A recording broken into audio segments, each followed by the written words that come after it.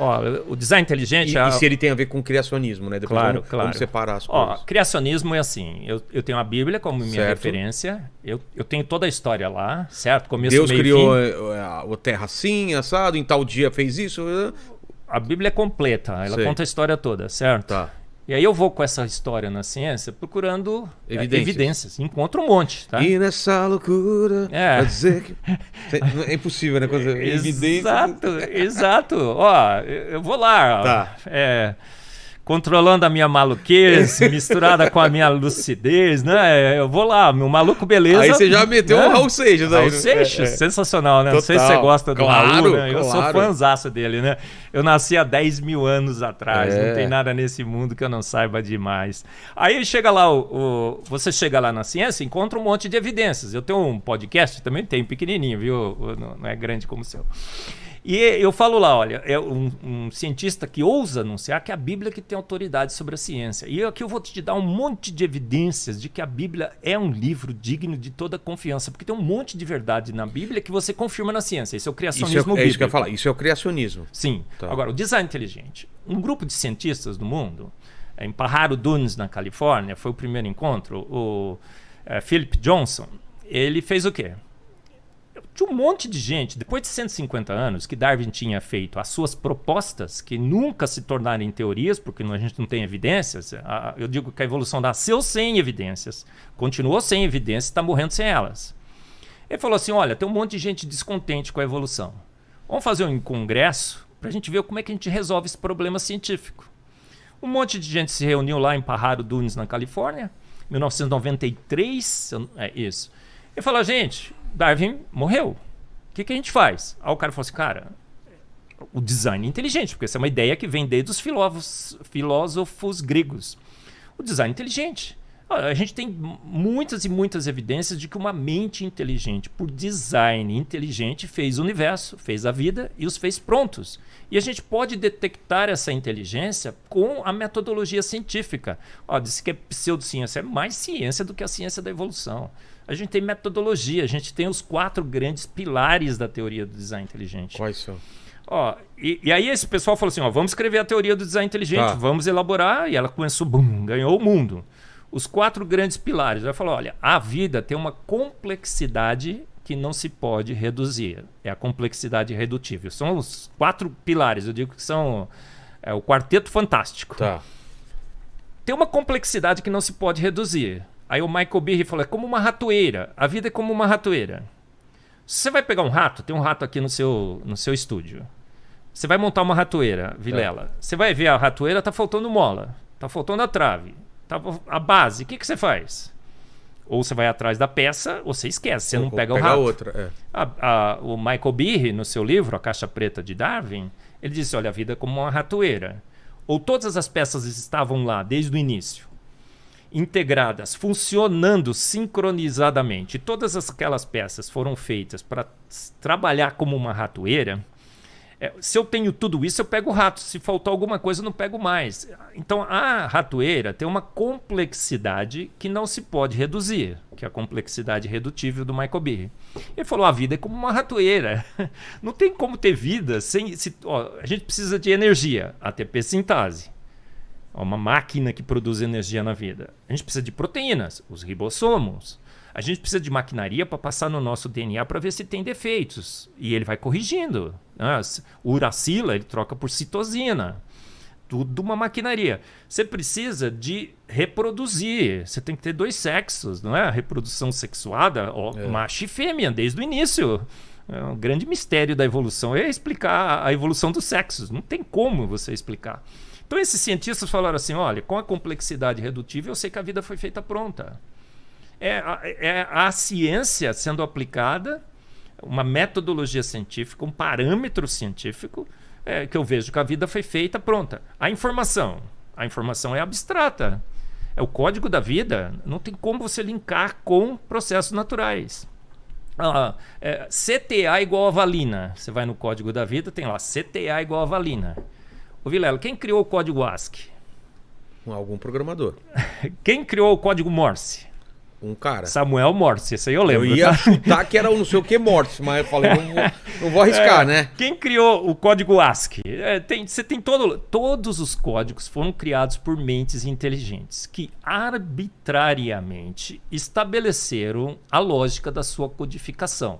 No código ASCII, 100001 é a letra A. Tá. 100010 é a letra B. Quem é que estabeleceu isso?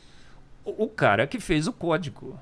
E tem alguma lei que você pode aplicar para o código? Não pode, tem que ser arbitrário. Eu até brinco, né? Tem que ser arminiano o código, não pode ser calvinista, né?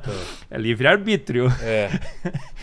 Mas é de Deus, né? Então eu me escapo com a treta, né? Do livre-arbítrio e da predestinação.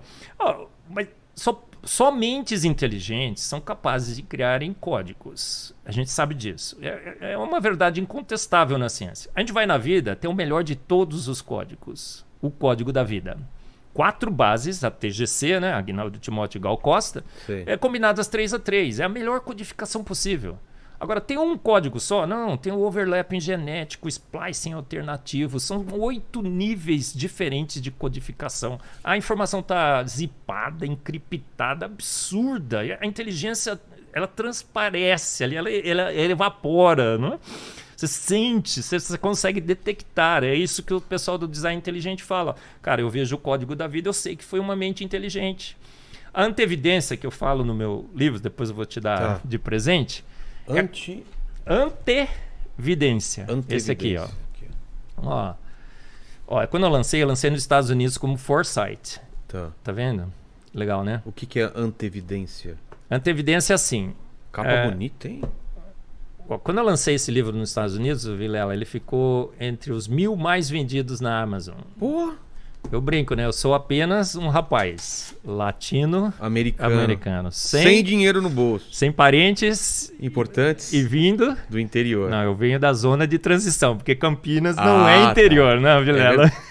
É zona de transição, quase né? Interior, vai falar lá em Campinas que é do interior, o pessoal fica bravo. Muito. Mas aí ficou entre os 1000 mais vendidos na Amazon. Eu chorei aquele dia, né? Porque sou meio chorão também. Mas são 60 milhões de obras na Amazon. E por que o livro ficou assim, né? Aquele dia eu fui olhar se o Paulo Coelho estava na lista. Ele não estava, viu? Nossa! Então, bati o Paulo Coelho, gente. Em algum momento da tua vida você vendeu mais que o Paulo Coelho.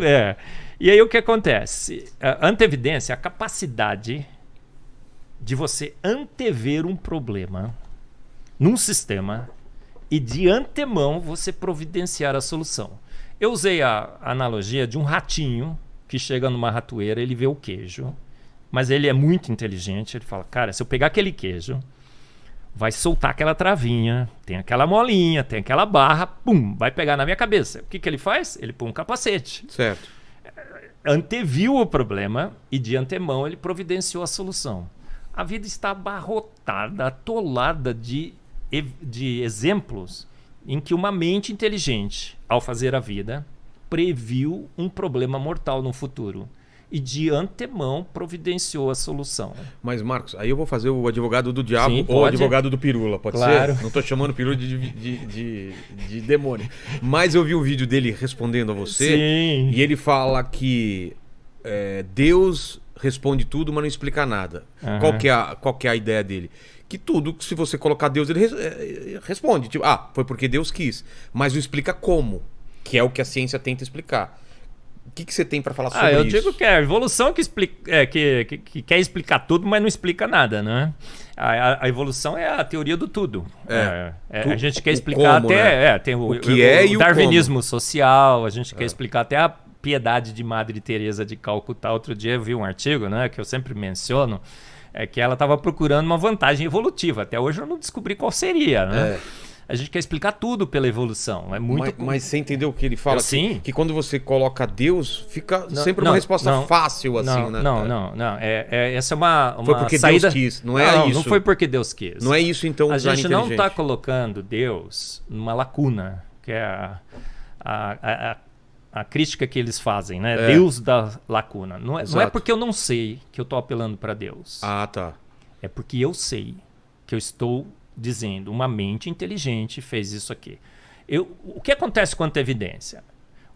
A evolução poderia ter antevidência? Absolutamente não. A evolução ela aprende com tentativa e erro, certo?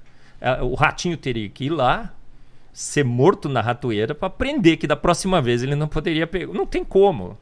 Então o que eu percebo? A antevidência, somente uma mente inteligente poderia ter criado uma solução antes do problema aparecer. E eu tenho N exemplos no livro. Ele deu um exemplo aqui na semana passada, o seguinte: chove e forma aquelas poças de água. A água que cai numa poça de água, ela pode falar, nossa, essa poça, esse buraco aqui é exatamente do tamanho do meu tamanho, entendeu? Porque ela não tem o macro e ela achou uma explicação simples por uma coisa que é totalmente aleatória, né? Ou que tem outra explicação. Não, né?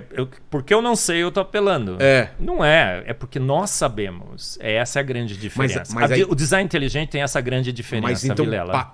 Tem que partir de fé, então. Absolutamente não. Não? Não, tem ateus no design inteligente. Tem é? agnósticos. Outro dia eu fui lá no Berlinski, né? David Berlinski. Sei. Ele é um, Quem que é ele? É um grande do design inteligente. Ele é Sei. agnóstico. É um bom Não acredita em Deus. Não. Ele não acha que foi Deus. Ele não quer se comprometer. Ele inclusive. acha que alguma mente superior fez. Tem gente no design inteligente que acha que é uma inteligência etérea que permeia o universo. Tem teorias que a gente vive numa simulação. Sim. Que alguém criou um programa de computador ou um jogo e a gente faz parte disso. Alguns no design inteligente acham que Deus é um ET que veio aqui. Eu brinco, né? Cada um tem a sua interpretação para quem seria essa mente inteligente. Tá. Mas não é porque eu não sei que eu estou apelando. É porque eu sei. Olha, eu sei que o sistema tem uma complexidade que não se pode reduzir. Tá. O sistema foi feito pronto. E é extremamente sofisticado e inteligente. Quem é que tem a capacidade para fazer um sistema pronto, extremamente sofisticado e inteligente, que esgota os recursos probabilísticos do universo? A gente fez essas contas. Não tem sorte suficiente no universo que nós vivemos. Não tem acaso suficiente para gente... Não tem acaso, não tem sorte para que nenhuma proteína sequer do nosso corpo se formar. Então, porque eu sei que o sistema foi feito pronto, com extrema inteligência, sofisticação e otimização, ele é econômico, inclusive, e quais são as causas possíveis? A única causa que eu conheço é uma mente inteligente. Então, eu não estou apelando para Deus. Deus, ele vem como uma consequência inevitável da minha investigação científica. O Pirula joga essa, né? O Pirula, eu sei que você faz isso. Mas por que ele faz isso? Porque as pessoas não conhecem a teoria, não conseguem avaliar. Mas não é um apelo à ignorância. É uma conclusão lógica de um exercício racional, plenamente viável e factível da ciência, do exercício da ciência. Um sistema de complexidade que não se pode reduzir foi uma mente inteligente que fez. Um código arbitrário em que o significado dos códigos foram estabelecidos arbitrariamente, não tem lei que rege esse código, só pode emanar de uma mente inteligente. Alguém que previu um problema futuro, de antemão providenciou a solução, só uma mente inteligente consegue fazer isso. A única causa conhecida pela ciência para essas observações que eu estou fazendo da vida é uma mente inteligente. Então não é um apelo à ignorância, absolutamente não. E a gente está dizendo que é uma mente inteligente, nem sequer Deus está sendo na equação. Agora, óbvio, Vilela, quando você tira Deus, quando você tira o designer do design inteligente, e que a gente faz isso, tá?